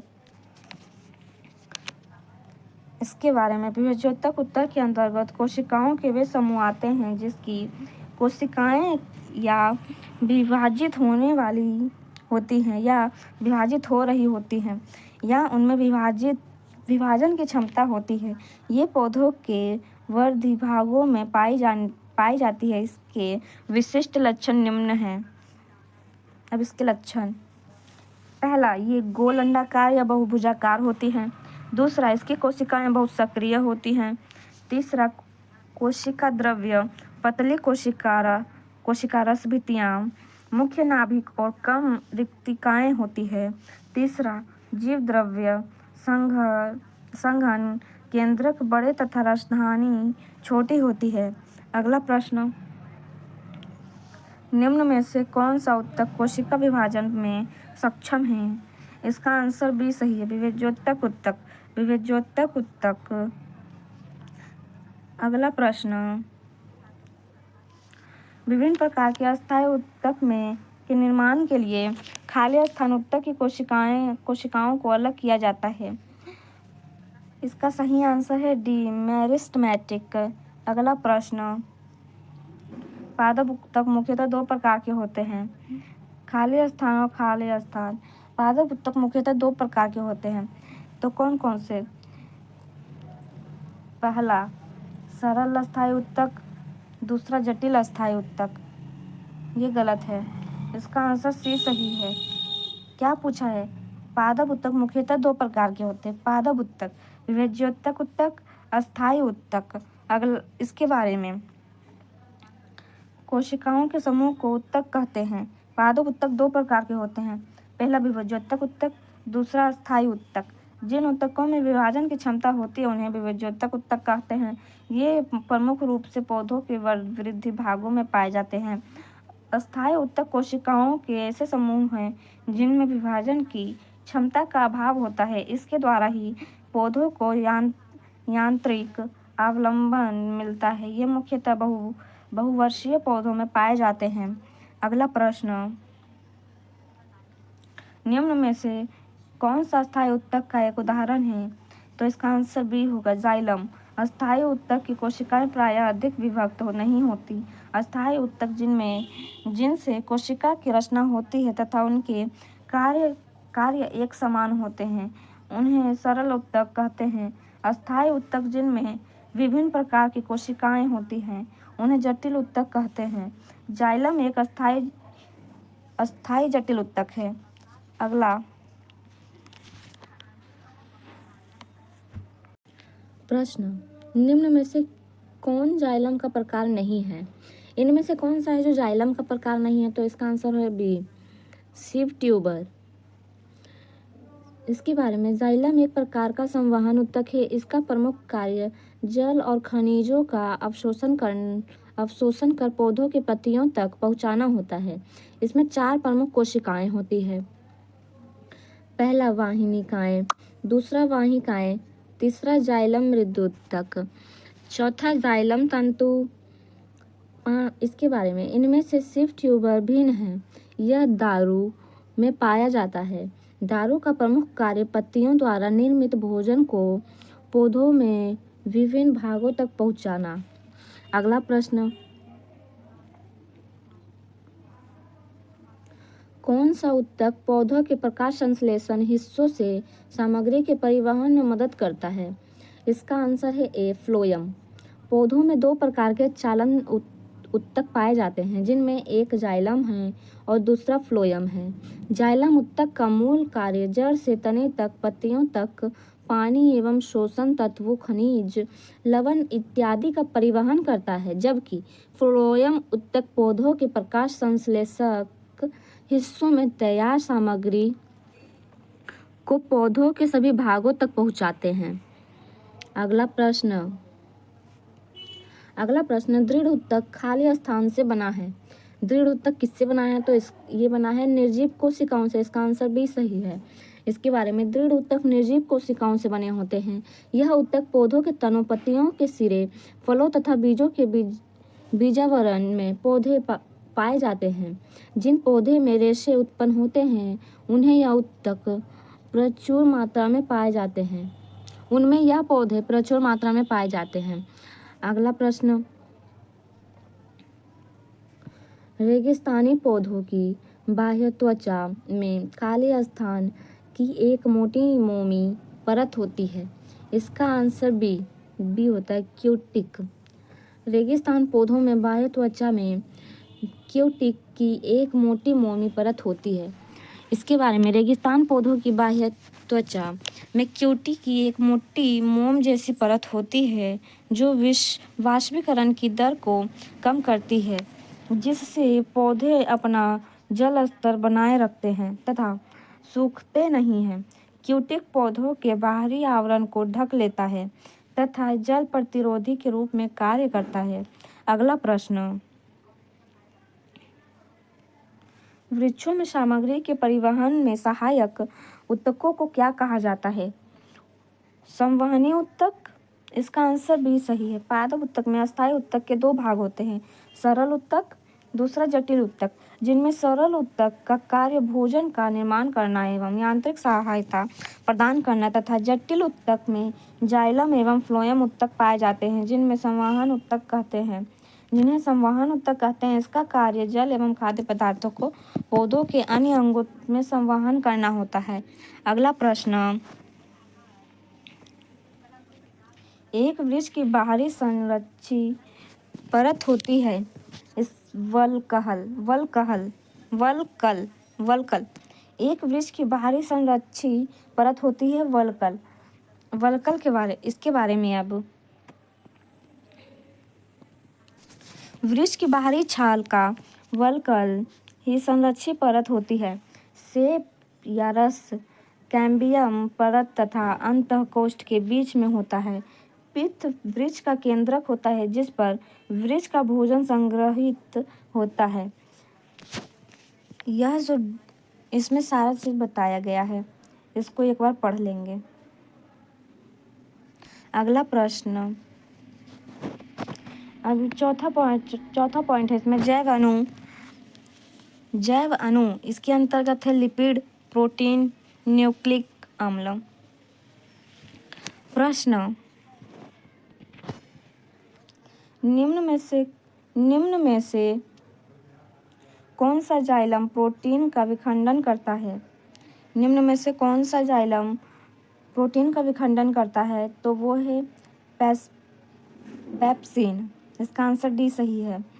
पेप्सिन एंजाइम प्रोटीन को विखंडन कर सरल पदार्थों में परिवर्तित कर देता है। यह आमाशय में निकलने वाले जठर रस में पाया जाता है। अगला प्रश्न, किस एंजाइम को पाचन प्रक्रिया में अपना कार्य करने के लिए हाइड्रोक्लोरिक अम्ल की उपस्थिति की आवश्यकता होती है? इसका आंसर है पेप्सिन। पेप्सिन एंजाइम को पाचन क्रिया में अपना कार्य करने के लिए हाइड्रोक्लोरिक अम्ल की स्थिति की आवश्यकता होती है। पेप्सिन एंजाइम भोजन में पाए जाने वाले प्रोटीन का पाचन करती है। अगला प्रश्न, जीवों में प्रोटीन निर्माण के लिए सूचना स्रोत क्या है? जीव में प्रोटीन निर्माण के लिए सूचना स्रोत क्या है? इसका आंसर सी होगा, डीएनए। जीवों में प्रोटीन निर्माण के लिए सूचना स्रोत डीएनए है। डीऑक्साइड राइबोन्यूक्लिक एसिड डीएनए प्रत्येक जीव कोशिका के लिए अनिवार्य है जो इन कोशिकाओं के गुणसूत्रों में पाया जाता है। अगला प्रश्न, खाली स्थान वसा के पायसीकरण में सहायक होता है। इसका आंसर है डी, पित्तलवक। पित्तलवक वसा के पायसीकरण में सहायक होता है। अगला प्रश्न, इनमें से कौन सा एंजाइम स्टार्च को सरल शर्करा में विखंडन करता है? इसका सही आंसर है सी, एमाइलेज।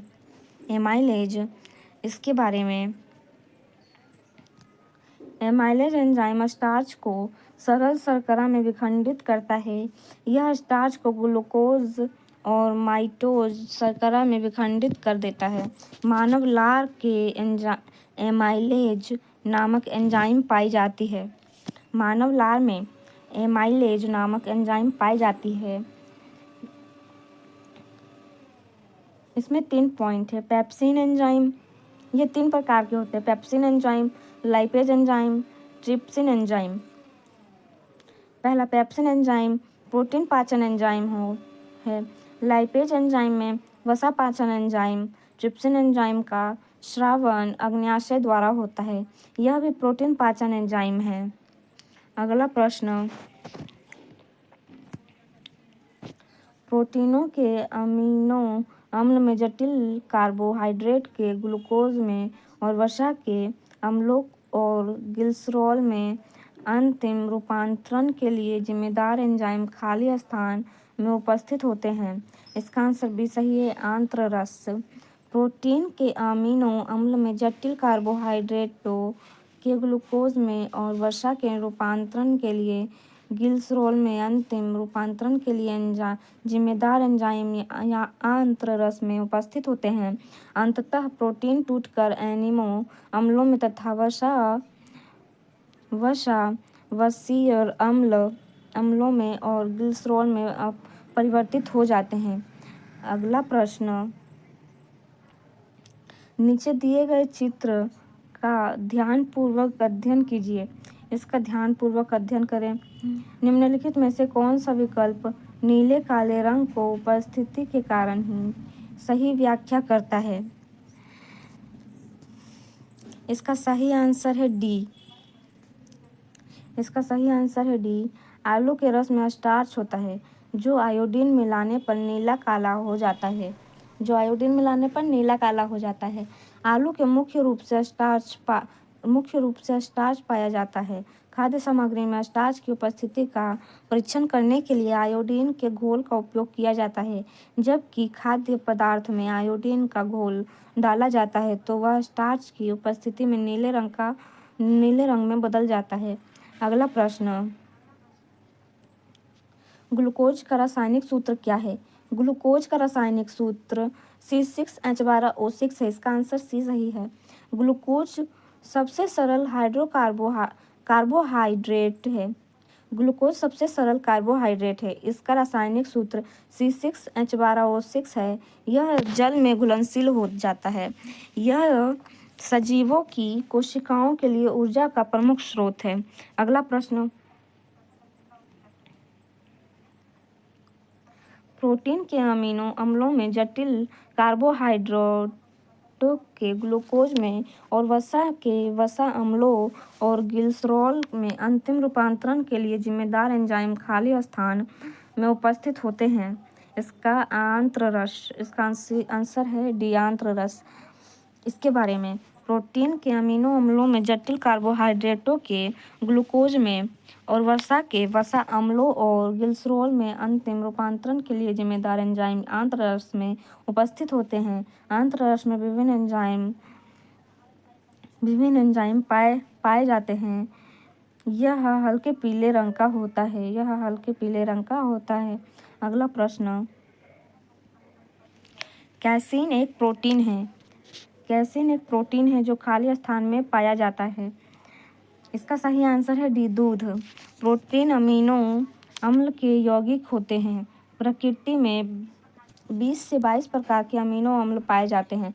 प्रोटीन का संगठन कार्बन, ऑक्सीजन, नाइट्रोजन, हाइड्रोजन तथा सल्फर है।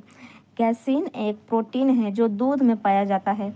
दूध का सफ़ेद रंग कैसीन नामक प्रोटीन उपस्थिति के कारण होता है, जबकि गाय के दूध का हल्का पीला रंग बीटा कैरोटीन की उपस्थिति के कारण होता है। अगला प्रश्न, मानव शरीर की ऊर्जा आवश्यकताओं के मापन हेतु किस मापन इकाई का उपयोग किया जाता है? इसका आंसर कैलोरी है। मानव शरीर की ऊर्जा आवश्यकताओं के मापन हेतु कैलोरी मापन इकाई का उपयोग किया जाता है। इसके बारे में, कैलोरी ऊर्जा मापन की इकाई है। यह मापन की मीट्रिक पद्धति का अंग है और इसके संगत एक आई प्रणाली में अब जूल का प्रयोग किया जाता है, किंतु भोजन में निहित ऊर्जा तथा कुछ अन्य उपयोगों में अब भी कैलोरी का ही उपयोग किया जाता है। अगला प्रश्न, निम्नलिखित में से कौन सा एक जैविक उत्प्रेरण है? इसका आंसर है एंजाइम। एंजाइम जो है एक जैविक उत्प्रेरक है। इसके बारे में, एंजाइम एक प्रकार का जैविक उत्प्रेरक है जो जैविक रासायनिक अभिक्रियाओं की दर को बढ़ा देता है। एंजाइम उच्च अनुभार वाले नाइट्रोजन युक्त जटिल कार्बनिक यौगिक अर्थात प्रोटीन होते हैं। इस प्रकार प्रोटीन की प्रकृति के ऐसे कार्बनिक पदार्थ जो जीवित कोशिकाओं में उत्प्रेरण का कार्य करते हैं एंजाइम कहलाते हैं। एंजाइम शब्द का सर्वप्रथम उपयोग जर्मन फिजियोलॉजिस्ट विल्हेम कुहने द्वारा किया गया था। यह एंजाइम का शब्द सर्वप्रथम प्रयोग जर्मन फिजियोलॉजिस्ट विल्हेम कुहने द्वारा किया गया था। अगला प्रश्न, फलों में मीठेपन के लिए कौन सी शर्करा उत्तरदायी है? तो इसका आंसर है ए, फ्रक्टोज। फ्रक्टोज या फ्रूट शुगर का एक साधारण चीनी है जो स्वाभाविक रूप से फल शहद और गन्ने में होती है, जो इनके मीठेपन के लिए उत्तरदायी है। माल्टोज माल्ट द्रवों, अनाजों, चावल आदि में, सुक्रोज गन्ने में तथा लैक्टोज दूध में पाया जाता है। अगला प्रश्न,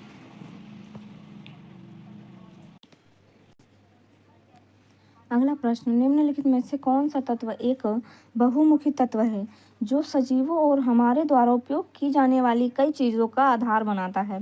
इसका आंसर है ए, कार्बन। जंतु और वनस्पतियों के निर्माण में कार्बनिक यौगिक प्रमुख है।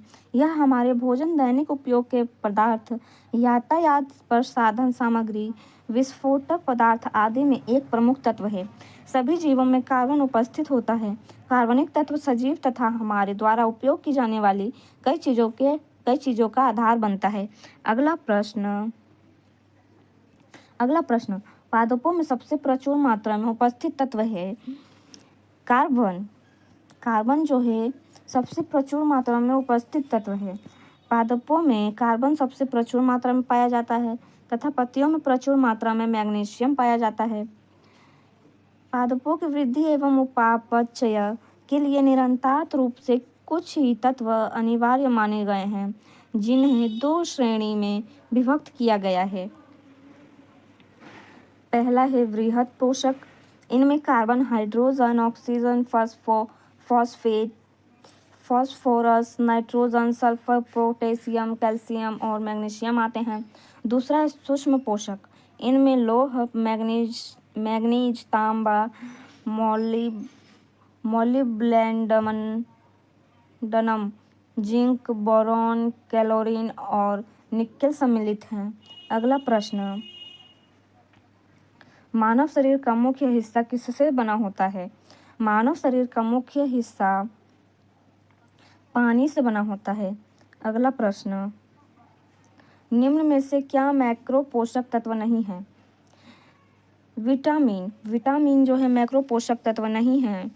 इसके बारे में, विटामिन मैक्रो पोषक तत्व के अंतर्गत नहीं आता। पोषक पदार्थों को कार्बोहाइड्रेट, प्रोटीन, लिपिड, न्यूक्लिक अम्ल, जल, खनिज तत्व और विटामिन के रूप में बांटा जा सकता है। इसमें से जल तथा खनिज तत्व अकार्बनिक होते हैं, जो शेष कार्बनिक होते हैं। ऐसे तत्व जिनकी बहुत अधिक मात्रा में शरीर में आवश्यकता होती है, उन्हें मैक्रो पोषक तत्व कहते हैं, जैसे कार्बोहाइड्रेट, प्रोटीन, लिपिड तथा ऐसे तत्व जिसकी बहुत कम मात्रा में आवश्यकता होती है, उन्हें माइक्रो पोषक तत्व कहते हैं, जैसे लवण तथा विटामिन। अगला प्रश्न, डीएनए का एक खंड जो एक प्रोटीन की जानकारी प्रदान करता है, उसे खाली स्थान क्या कहा जाता है? जीन। केंद्र द्रव्य में केंद्रिका में क्रोमैटिक मिलता है। गोलाकार केंद्रिका केंद्रक द्रव्य में पाई जाती है। अंतरावस्था के केंद्रक में स्पष्ट न्यूक्लियो प्रोटीन तंतु की जाइलिका मिलती है, जिसे क्रोमैटिन कहते हैं। अवस्थाओं व कोशिका विभाजन के समय केंद्रक के स्थान पर गुणसूत्र संरचना दिखाई पड़ती है। अगला प्रश्न, जीव विज्ञान में डीएनए का पूर्ण रूप क्या है? जीव विज्ञान में डीएनए का पूर्ण रूप डीऑक्सी, इसका आंसर बी है, डीऑक्सीराइबोन्यूक्लिक एसिड। राइबोन्यूक्लिक एसिड है, राइबोन्यूक्लिक एसिड। इसके बारे में, जीव विज्ञान में डीएनए का पूर्ण रूप डीऑक्सीराइबोन्यूक्लिक एसिड है। ये प्रोटीन के बने होते हैं। डीएनए आनुवांशिक लक्षणों को एक पीढ़ी से दूसरी पीढ़ी तक ले जाने में कोशिका विभाजन के समय क्रोमैटिन जालिका के धागे अलग होकर कई छोटी और मोटी छड़ जैसी रचना में परिवर्तित हो जाते हैं। इसे ही गुणसूत्र कहते हैं। डीएनए अणु में कोशिका के निर्माण एवं संगठन की सभी आवश्यक सूचनाएं होती हैं। अगला प्रश्न, आनुवांशिकी के संदर्भ में डीएनए का अर्थ। आनुवांशिकी के संबंध में डीएनए का अर्थ आंसर डी है, डीऑक्सीराइबो न्यूक्लिक एसिड। अगला प्रश्न, बालों का रंग खाली स्थान के कारण होता है। बालों का रंग मेलानिन, इसका आंसर बी है, बालों का रंग मेलानिन के कारण होता है। बालों का रंग मेलानिन के कारण होता है। मेलानिन एक प्राकृतिक रंग द्रव्य है जो अधिकतर जीवों में पाया जाता है। रिसाव मकड़ी को छोड़कर जीवों में मेलानिन का सबसे अधिक पाया जाने वाला रूप यूमेलानिन जो काले भूरे रंग का होता है। अगला प्रश्न, प्रोटीन संश्लेषण में क्षार इवेंट से एक खाली स्थान का निर्माण होता है तो वो है mRNA। प्रोटीन संश्लेषण में क्षार इवेंट से एक mRNA प्रति का निर्माण होता है। प्रोटीन संश्लेषण में क्षार इवेंट से mRNA का निर्माण होता है। ये RNA के वे क्रियात्मक अणु होते हैं जिनमें प्रोटीन संश्लेषण की संकेत सूचनाएं डीएनए में जीन्स के द्वारा स्थानांतरित होती है। mRNA अणुओं का नामकरण 1961 में फ्रांसिस जैकब तथा मोनार्ड द्वारा किया गया। mRNA को संदेशवाहक RNA कहते हैं। अगला प्रश्न, प्रजनन के दौरान मूल कार्य एक खाली स्थान का निर्माण करना होता है। इसका आंसर है बी, डीएनए कॉपी। इसके बारे में प्रजनन के दौरान मूल कार्य एक डीएनए कॉपी का निर्माण करना होता है, जबकि डीएनए की अधिकांश मात्रा केंद्रक में होती है। यद्यपि इसकी कुछ मात्रा माइटोकॉन्ड्रिया तथा हरित लवक में भी मिलती है। सन 1953 में जेडी वाटसन एवं क्रिक ने डीएनए की द्विकुंडलित संरचना मॉडल का प्रतिपादन किया था।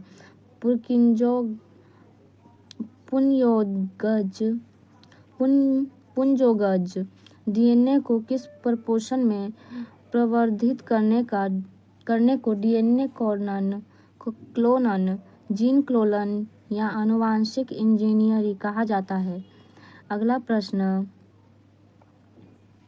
निम्न में से कौन सा या से कथन गलत है? ए, डीएनए का पूरा नाम डीऑक्सीराइबोन्यूक्लिक एसिड। बी, यह गुणसूत्र में उपस्थित होने वाला रासायनिक तत्व है जो आनुवांशिक गुण वहन करता है। सी, डीएनए एक पॉलीन्यूक्लियोटाइड है।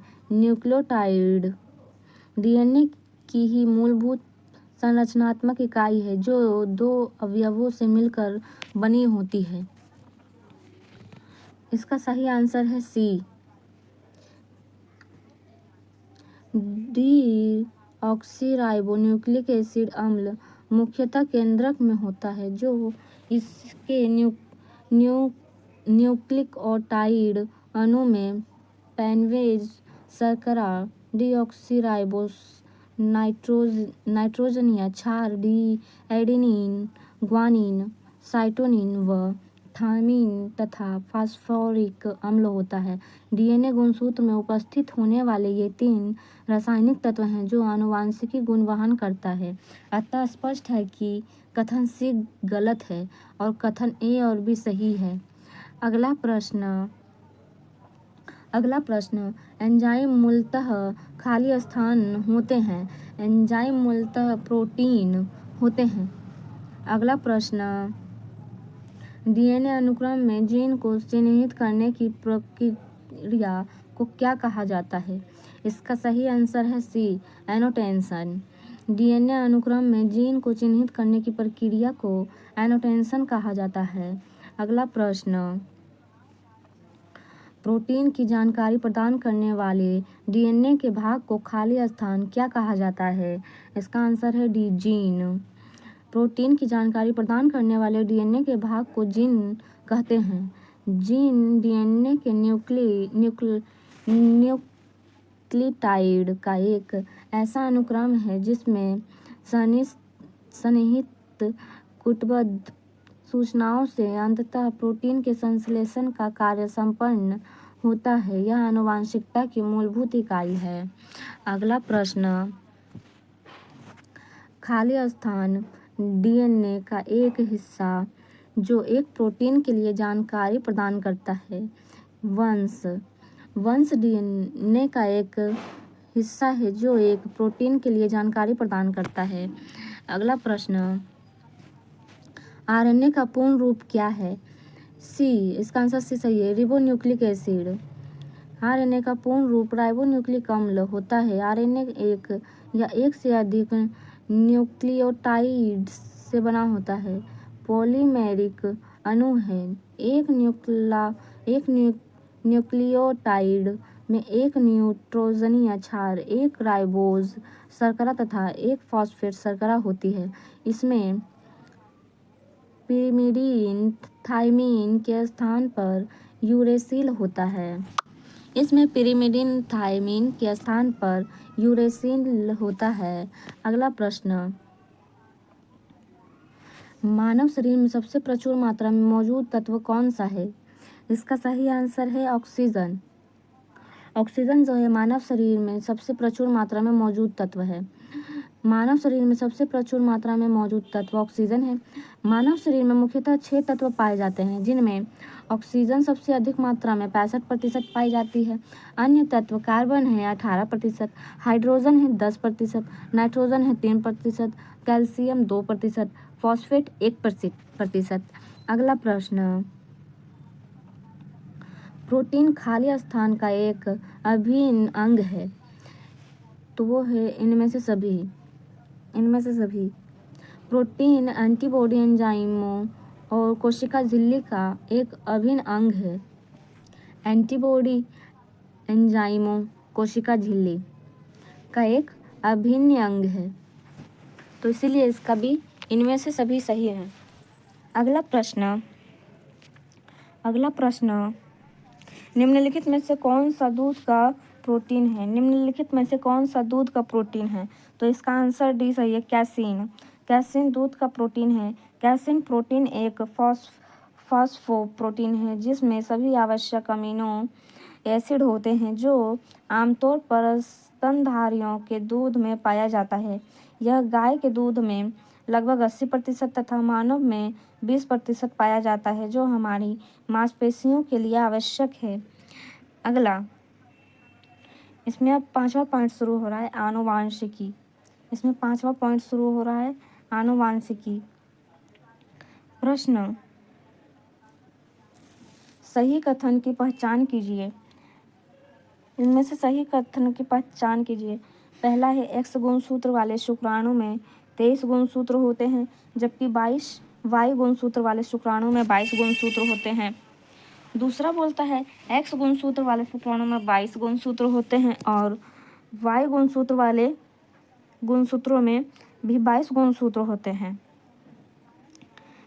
तीसरा बोलता है, एक्स गुणसूत्र वाले शुक्राणु में 22 गुणसूत्र होते हैं, जबकि वाई गुणसूत्र वाले शुक्राणु में 23 गुणसूत्र होते हैं।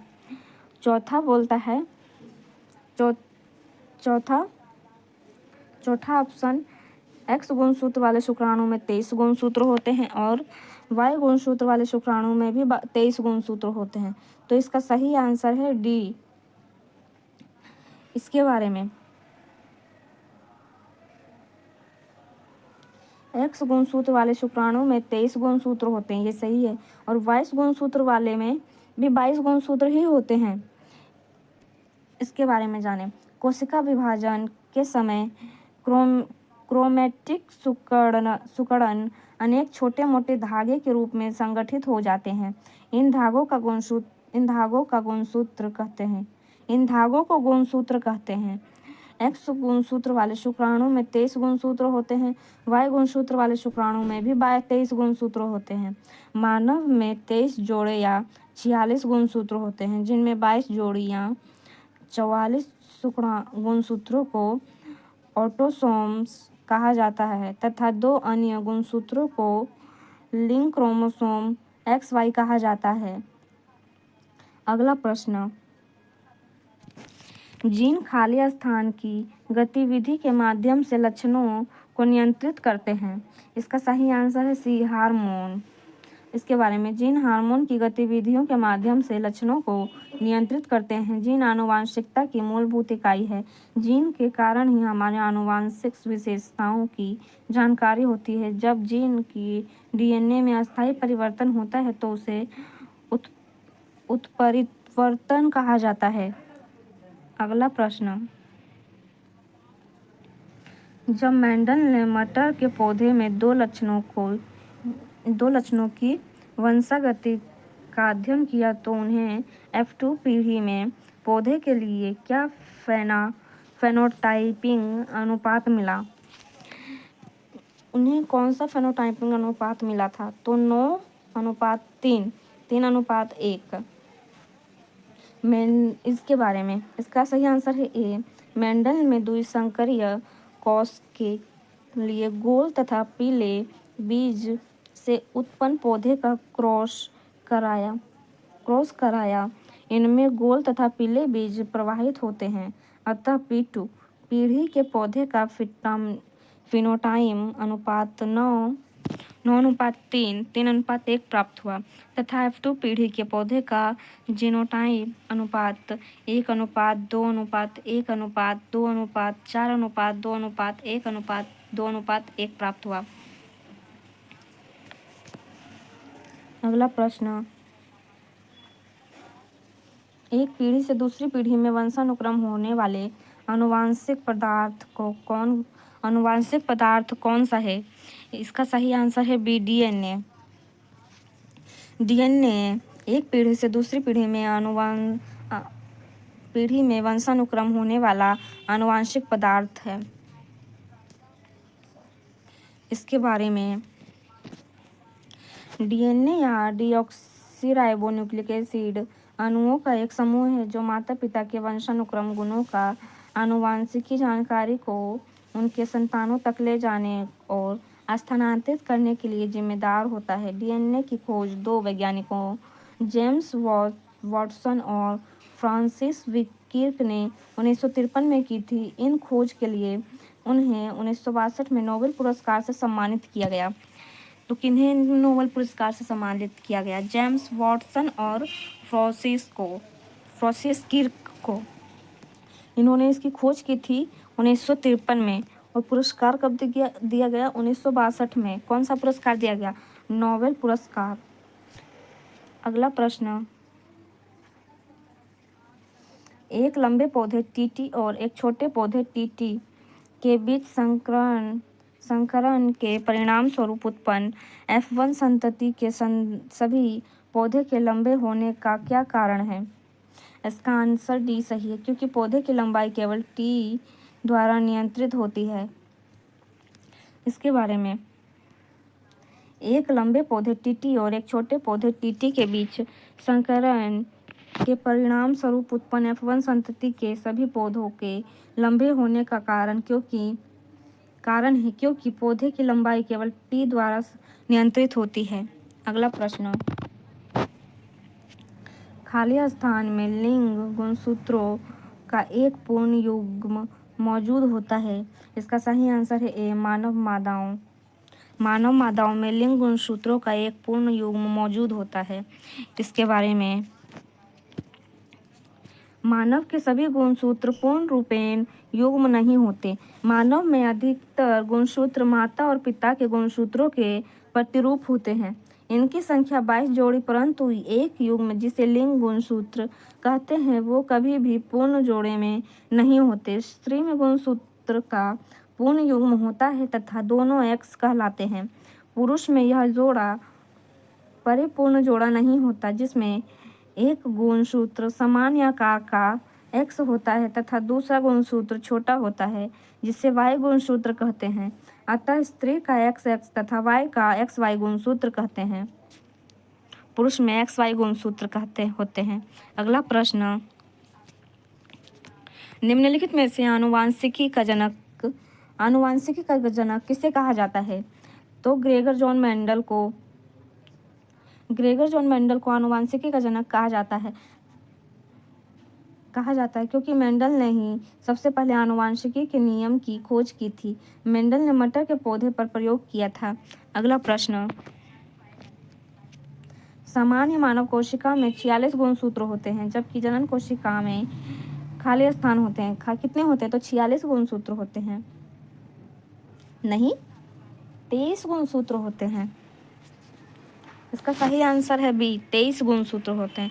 सामान्य मानव कोशिका में 46 गुणसूत्र होते हैं, जबकि जनन कोशिका में 23 गुणसूत्र होते हैं। यहाँ पे जनन कोशिका लिखा है। इसके बारे में मानव कोशिका में 46 गुणसूत्र होते हैं, जबकि जनन कोशिका में 46 होते हैं।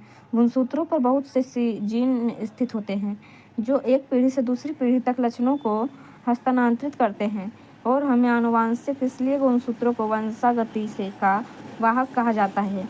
अगला प्रश्न, जीनों के कुछ लक्षणों का उल्लेख नीचे किया गया है। कौन सा विकल्प जीनों के गलत लक्षण को दर्शाता है? इसका आंसर है डी, इनमें कोई परिवर्तन नहीं होता। इनमें कोई परिवर्तन नहीं होता, बाकी तीनों सही हैं। जीनों के लक्षण ये प्रोटीन का उत्पादन करके लक्षणों को नियंत्रित करते हैं। ये डीएनए के खंडन के प्रत्येक जनन कोशिका में एक जीन सेट होता है। अगला प्रश्न, व्यक्ति का लिंग निर्धारण खाली स्थान द्वारा होता है। तो इसका आंसर है बी सही, शुक्राणु में मौजूद गुणसूत्रों के द्वारा। व्यक्ति का लिंग निर्धारण शुक्राणु में मौजूद गुणसूत्रों द्वारा होता है। इसके बारे में व्यक्ति के लिंग का निर्धारण शुक्राणु में मौजूद गुणसूत्रों द्वारा होता है। मानव लिंग निर्धारण के लिए XX और XY गुणसूत्रों का अनुसरण करता है। पुरुष में X और Y गुणसूत्र होते हैं, जबकि महिलाओं में दोनों गुणसूत्र XX होते हैं। अगला प्रश्न, निम्नांकित चित्र एक एकल जीव की प्रजनन क्रिया और मामूली भिन्नताओं वाली एक संतति को दर्शाता है। इस अंतर का क्या कारण हो सकता है? इसका आंसर है ए, डीएनए प्रतिरूपण में त्रुटियां। इसके बारे में चित्र में उस स्थिति को दर्शाया गया है जबकि केवल एकल जीव जनन करता है, जैसा कि अलैंगिक जनन में होता है। यदि एक जीवाणु विभाजित होता है तो परिणामतः 2 जीवाणु उत्पन्न होते हैं, जो पुनः विभाजित होकर 4 जीवाणु उत्पन्न होंगे। इनमें आपस में बहुत अधिक समानताएं होती है। उनमें आपस में बहुत कम अंतर होगा, जो डीएनए प्रतिकृति के समय न्यून त्रुटियों के कारण उत्पन्न हुई होंगी। अगला प्रश्न, वंशागति के नियमों को प्राप्त करने में मेंडल की सफलता के पीछे मुख्य 4 कारण क्या था? इसका आंसर है ए सही, उन्होंने अपने संकरण में एक बार में केवल एक ही लक्षण का अध्ययन किया। इसके बारे में वंशागति के नियमों को प्राप्त करने में, यहाँ पे पता नहीं चल रहा, जिससे पता चले वो कमेंट में बताएं। सफलता के पीछे मुख्य कारण, उन्होंने अपने संकरण में एक बार में केवल एक ही लक्षण का अध्ययन किया। अगला प्रश्न, खाली स्थान लिंग निर्धारण के लिए उत्तरदायी होते या होती है? इसका आंसर सी,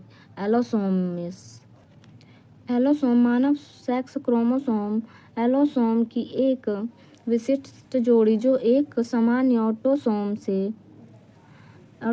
से रूपाकार या व्यवहार में भिन्न होता है। मनुष्य में 46 गुणसूत्र के 23 जोड़े होते हैं तथा इनमें 22 जोड़ी को ऑटोसोम कहा जाता है, जबकि 23वां जोड़ा यदि XY है जिसे एलोसोम कहा जाता है। यह जोड़ा मनुष्य में लिंग निर्धारण का कार्य करता है।